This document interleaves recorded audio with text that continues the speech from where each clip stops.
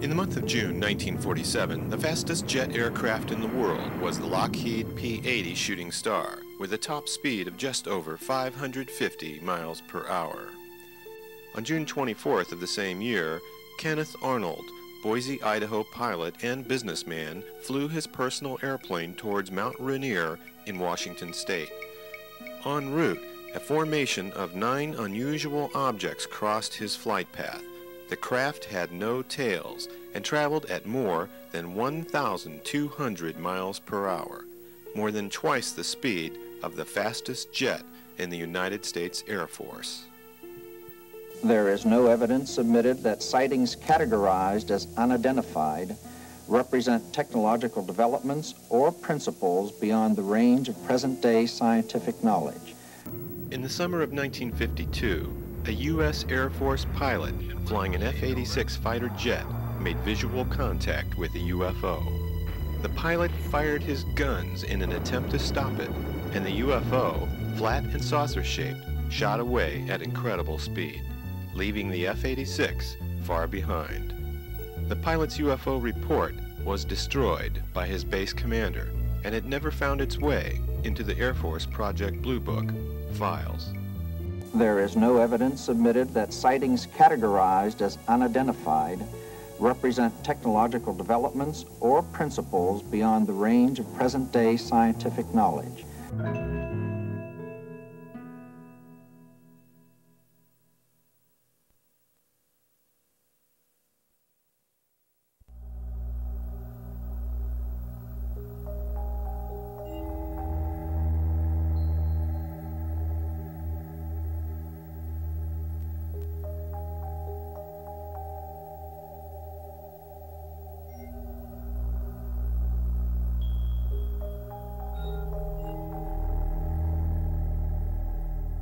Hello, my name is Darryl Barker. I'm the producer of the video you're about to see.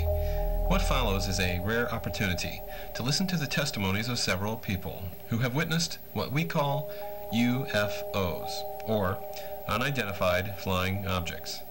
Now, many people don't believe in such things because, frankly, most of us have not seen one.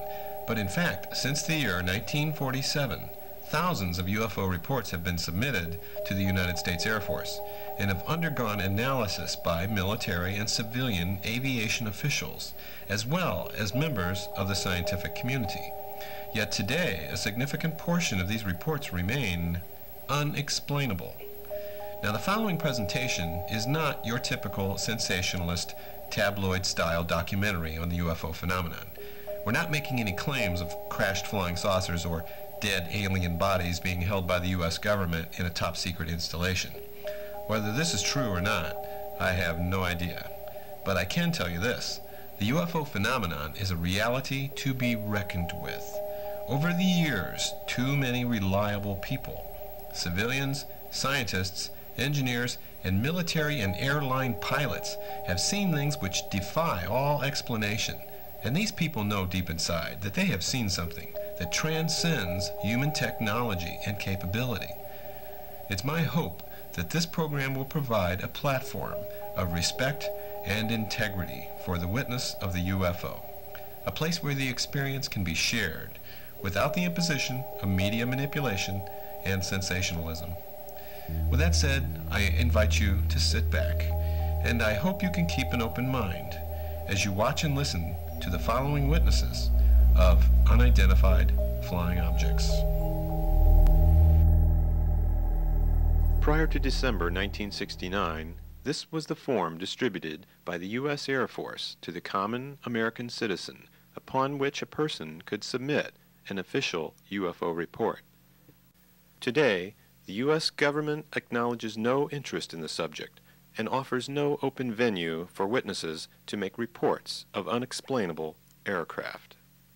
I remember turning to my friend and saying, "What is that light?" And just about that quick as I said that, this light came speeding towards us, but we knew it wasn't on a boat at that time because it was a no boat traveled that quick, because in about 2 to 3 seconds this. As soon as I saw the bright light and discovered that it wasn't an airplane or a helicopter or anything, I got scared. And then when she shut her lights out and they shut theirs out and turned on their flashing lights. She got very frightened. That's when she got scared. So they went inside, and I sat out here looking up at the sky, watching this red-orange glowing object that I had never seen before. These people do not seek fame, publicity, or a new religion. Their experiences are not sensational or shocking, but they are real.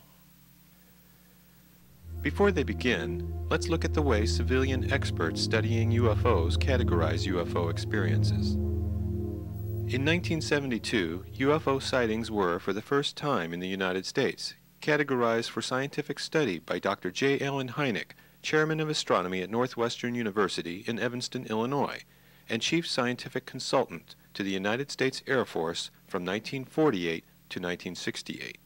Dr. Hynek divided UFO case files into 6 groups: the distance sightings, nocturnal lights, daylight discs, radar visual cases.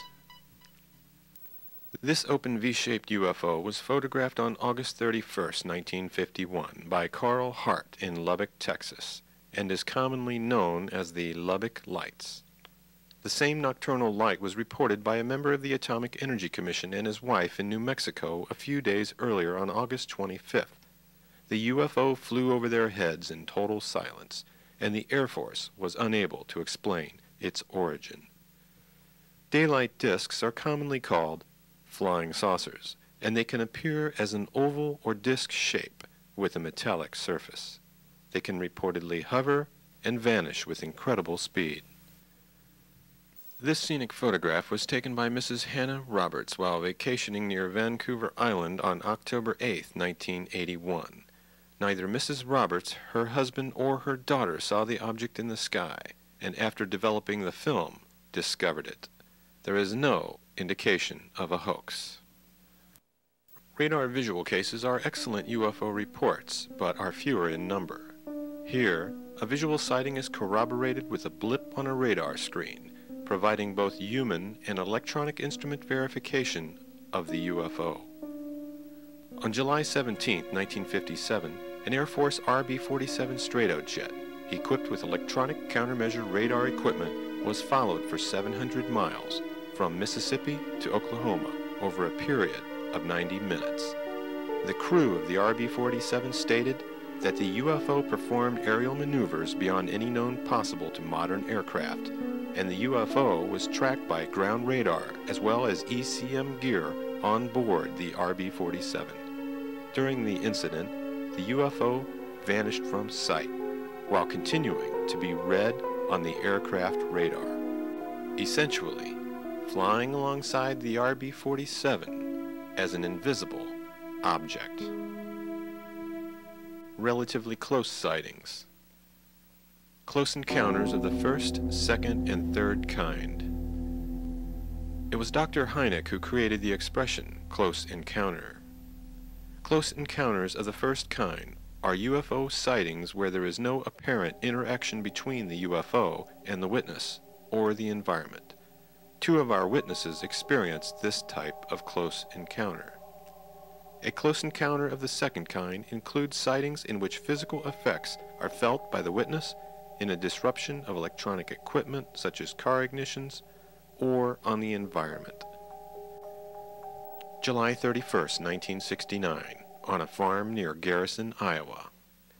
2 teenage girls were to find themselves terribly frightened that evening as they looked from a farmhouse bedroom window and sighted a bowl-shaped object with an orange band of light moving away from their house and over the soybean field. The next morning, the owner of the soybean crop discovered a 40-foot diameter circle in which his beans were destroyed, apparently subjected to intense heat from above. A close encounter of the third kind details reported observation of animated or living entities in connection with a UFO. Socorro, New Mexico, April 24, 1964.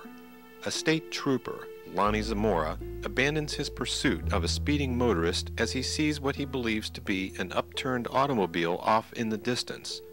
After losing sight of the object behind a hill, Zamora pulls around, not only to see the UFO, but two figures in white coveralls, approximately 3 to 4 feet tall.